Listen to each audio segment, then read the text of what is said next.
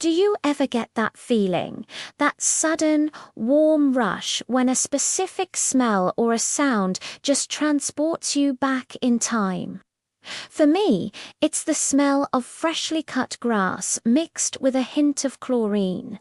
It instantly takes me back to summer days as a kid, and one memory in particular always comes to the surface.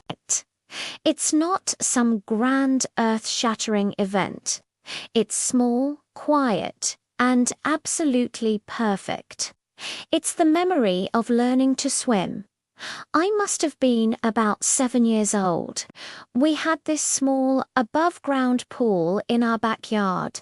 It wasn't fancy, just a big blue circle that seemed like an ocean to me. My dad was determined that this was the summer I'd finally learn to swim without my bright orange water wings. I was terrified. The water felt cold, and the deep end, which was probably only 4 feet deep, looked like a bottomless abyss. Every afternoon after he got home from work, we'd go through the same routine. I'd cling to the side of the pool, knuckles white, while he'd patiently try to coax me into the middle. "Just let go," he'd say, his voice calm and steady. "I'm right here. I won't let you sink." But I was convinced the moment I let go, I'd drop like a stone. He tried everything. He showed me how to kick my feet, how to blow bubbles, how to float on my back. I'd try for a second, panic, and scramble back to the safety of the wall. I remember feeling so frustrated with myself and with him. Why couldn't I just do it?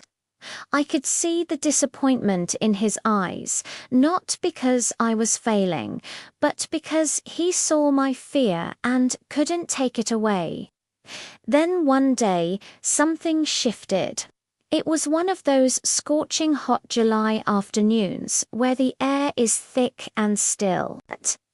My mum had brought out a pitcher of lemonade, and the sweet, citrusy smell hung in the air.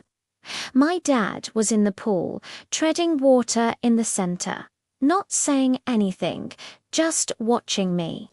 He wasn't pushing me or instructing me. He was just there. I don't know what came over me. Maybe it was the heat. Maybe it was his quiet patience. But I took a deep breath and I let go of the wall. I pushed off, my little legs kicking furiously beneath the surface, my arms flailing in a way that probably looked more like I was fighting the water than swimming in it. For a few seconds, it was pure panic. I swallowed some water, coughed, and felt that familiar fear rising in my chest. I was sinking. But then I felt my dad's hands, strong and gentle, under my stomach, lifting me just enough. "You've got it," he whispered. "Just keep kicking." Look at me. I opened my eyes underwater for the first time without my goggles. Everything was a blurry, beautiful blue, and I could see his smiling face, distorted by the water. I kept kicking, and my arms started to find a rhythm. He slowly, almost imperceptibly, moved his hands away, and then it happened. I was doing it. I was swimming. It was only a few feet from where I'd let go to where he was, but it felt like I had just crossed the Atlantic Ocean. I reached him and wrapped my arms around his neck, sputtering and laughing. I did it. I did it. He held me tight and laughed with me. "I knew you could," he said, and the pride in his voice was the best reward I could have ever asked for. We spent the rest of that afternoon in the pool. He taught me how to do a cannonball. How to dive for a little plastic ring he'd throw to the bottom. The fear was gone, replaced by this incredible sense of freedom and accomplishment. The water wasn't an enemy anymore, it was a playground. That little blue pool became my entire world. Looking back, I realize that memory isn't just about learning to swim. It's about trust. It's about my dad's unwavering belief in me, even when I didn't believe in myself. His patience was the raft that kept me afloat until I could find my own strength. He didn't just teach me a physical skill. He taught me that it's okay to be scared, but it's not okay to let fear win.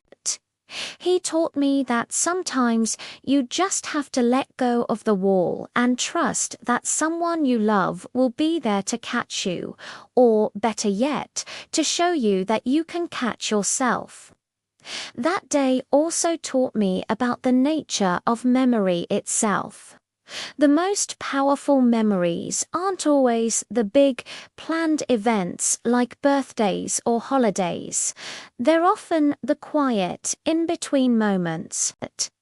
The feeling of the sun on my skin, the taste of lemonade, the sound of my dad's laughter echoing across the water. Those are the details that build the foundation of a happy childhood. It's funny how a single memory can hold so much. It holds the feeling of cool water on a hot day, the pride of overcoming a fear, and the unconditional love of a parent. It's a snapshot in time that I can revisit whenever I need a reminder of where I come from, of the simple joys, and of the people who shaped me. It's a reminder that the biggest victories often start with one small, brave decision to just let go. So, what about you?